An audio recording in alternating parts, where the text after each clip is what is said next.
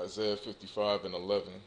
So shall my word be that goeth forth out of my mouth. It shall not return unto me void, but it shall accomplish that which I please, and it shall prosper in the thing whereto I sent it.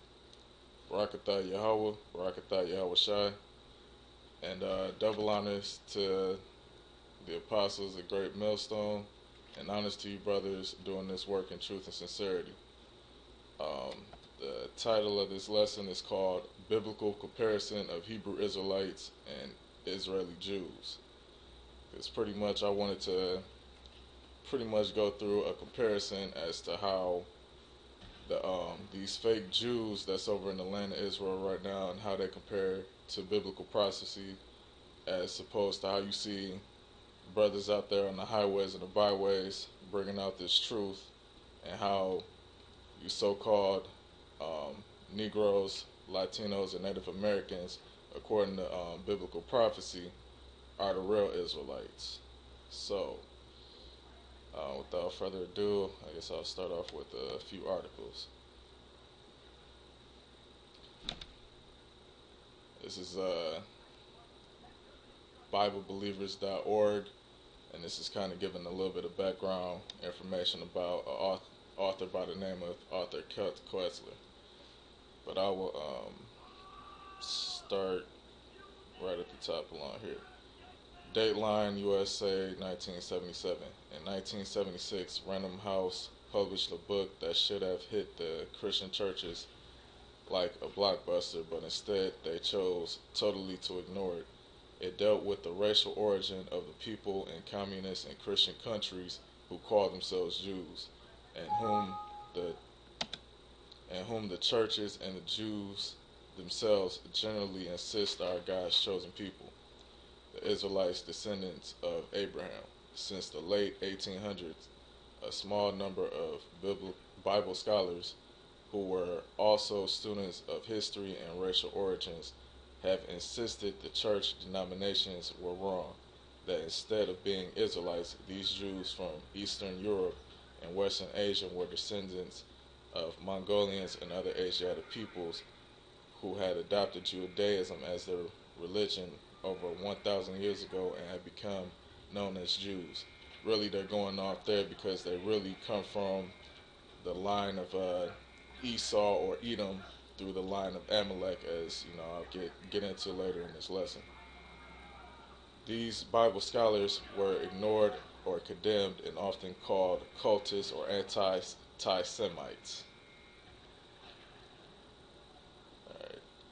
Arthur Koetzler has published a 255-page book titled The 13th Tribe, in which he proves the same point, that these Eastern European Jews are neither Israelites nor Semites, which they are Semites because they do come from the line of Shem, but are instead Khazars, Mongols, and Huns. Most major newspapers and magazines reviewed the book during 1976. Also, Random House, the publisher, advertised it extensively and began some of their ads with the following headline: "What if most Jews aren't really Semites at all?" Well, we'll get into something else now. Alright, so basically this is the PDF file. You can find this the 13th tribe in a PDF file. You can download it. I'm just going to go through a few points in it here. I'm basically showing a few points on basically their conversion around 740 AD.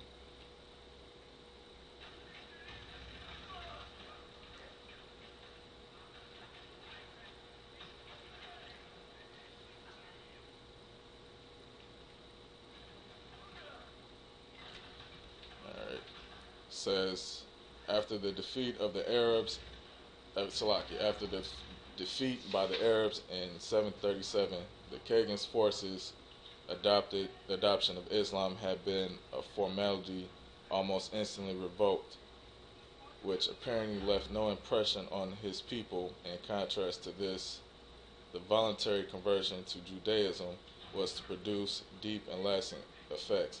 So pretty much they were temporarily conquered by the Ishmaelites, but then revolted and pretty much later ended up converting to what they call Judaism. All right.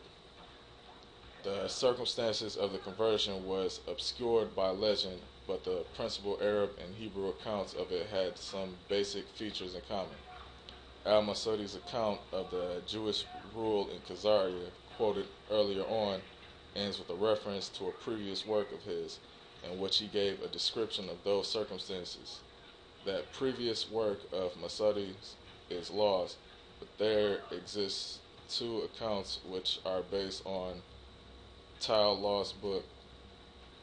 The first, by Damaski, written in 1327, reiterates that at the same time of Harun al-Rashid, the Byzantine Empire forced the Jews to immigrate. These immigrants came to the Khazar country, where they found an intelligent but uneducated race to whom they offered their religion. The natives found it better than their own and accepted it.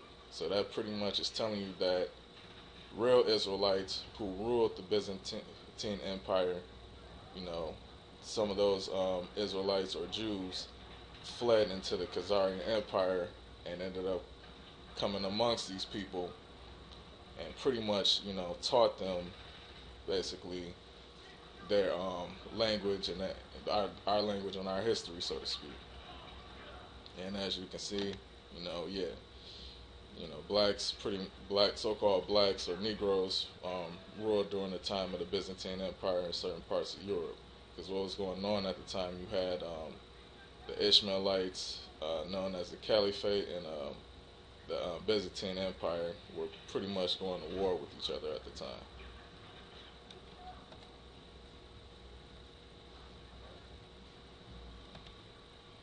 So this is Jeremiah chapter 2, verse 23. Why trimmest thou thy way to seek love? Therefore hast thou taught the wicked ones thy ways. And that's an example of it right there, because that was how they had pretty much got a hold to our heritage.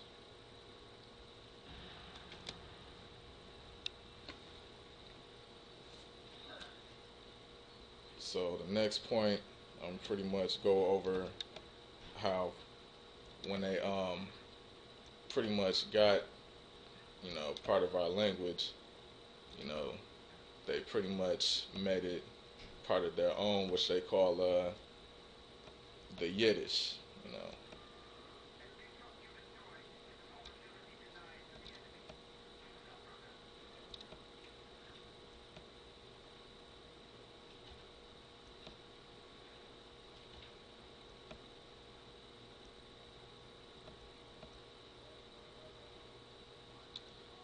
All right.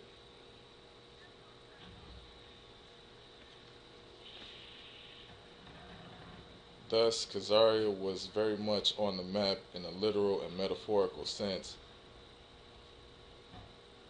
Leaders for the leaders of the ecclesiastical hierarchy of original Jewry, but at the same time the Khazars were regarded with certain misgivings, both on racial grounds and because they suspected leanings towards the Karaite heresy. One 11th century Hebrew author, Japheth ibn Ali, himself a Karaite, explains the word mamzar, which is bastard, by the example of the Khazars who became Jews without belonging to the race. His contemporary, Jacob Van Reuben, reflects the opposite side of this ambivalent attitude by speaking of the Khazars as a single nation who do not bear the yoke of the exile, but are great warriors, paying no tribute to the Gentiles. You know, pretty much that's just saying that, like the curses, they don't basically bear the burden of being put out of the land of Israel because they were not the original inhabitants of the land of Israel, and they're basically not in any type of subjection to these other nations as you so-called Negroes, Latinos, and Native Americans are to this day. So, continuing on.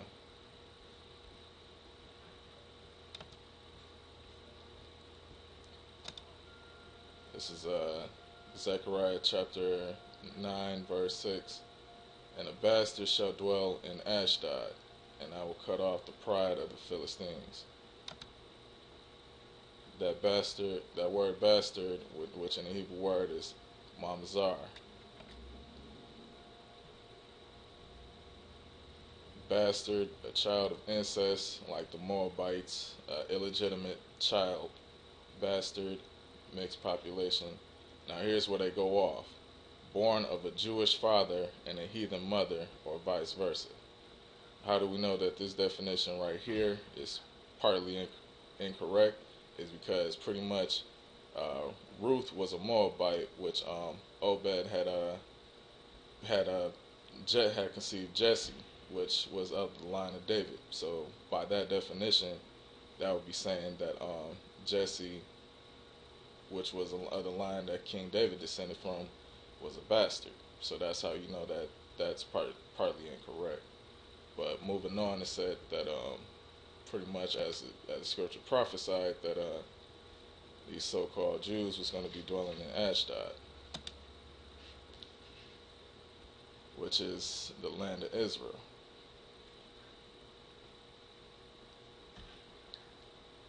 Around the borders of Canaan.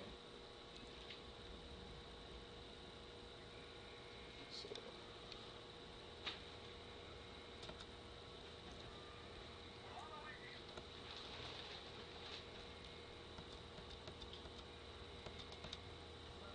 all right. So just to kind of get into a point about that language,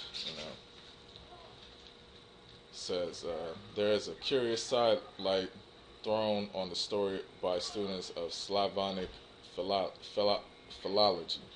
Cyril is credited by tradition not only with having devised the Cyrillic, but also the Glagolitic alphabet. The latter, according to Barron, was used in Croatia in the 7th century.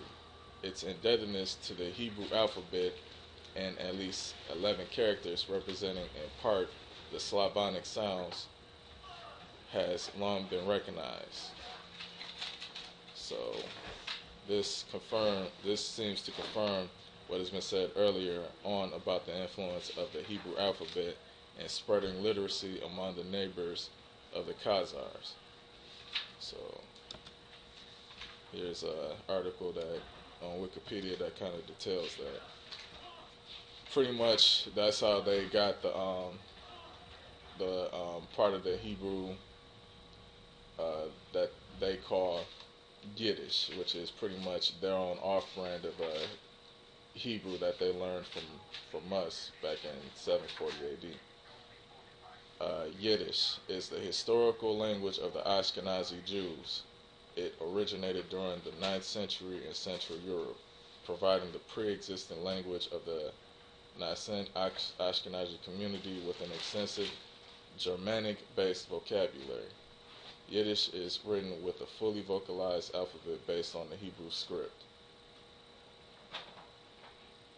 So pretty much that goes to show that how they speak Hebrew basically is not really the correct dialect that they speak it in, and basically goes back to the fact that the language that we kind of study the Lashon Kodash, the sounds in that Hebrew is actually the correct sounds, because pretty much it goes based off the Canaanite dialect, which was what the Hebrew was originally based off of.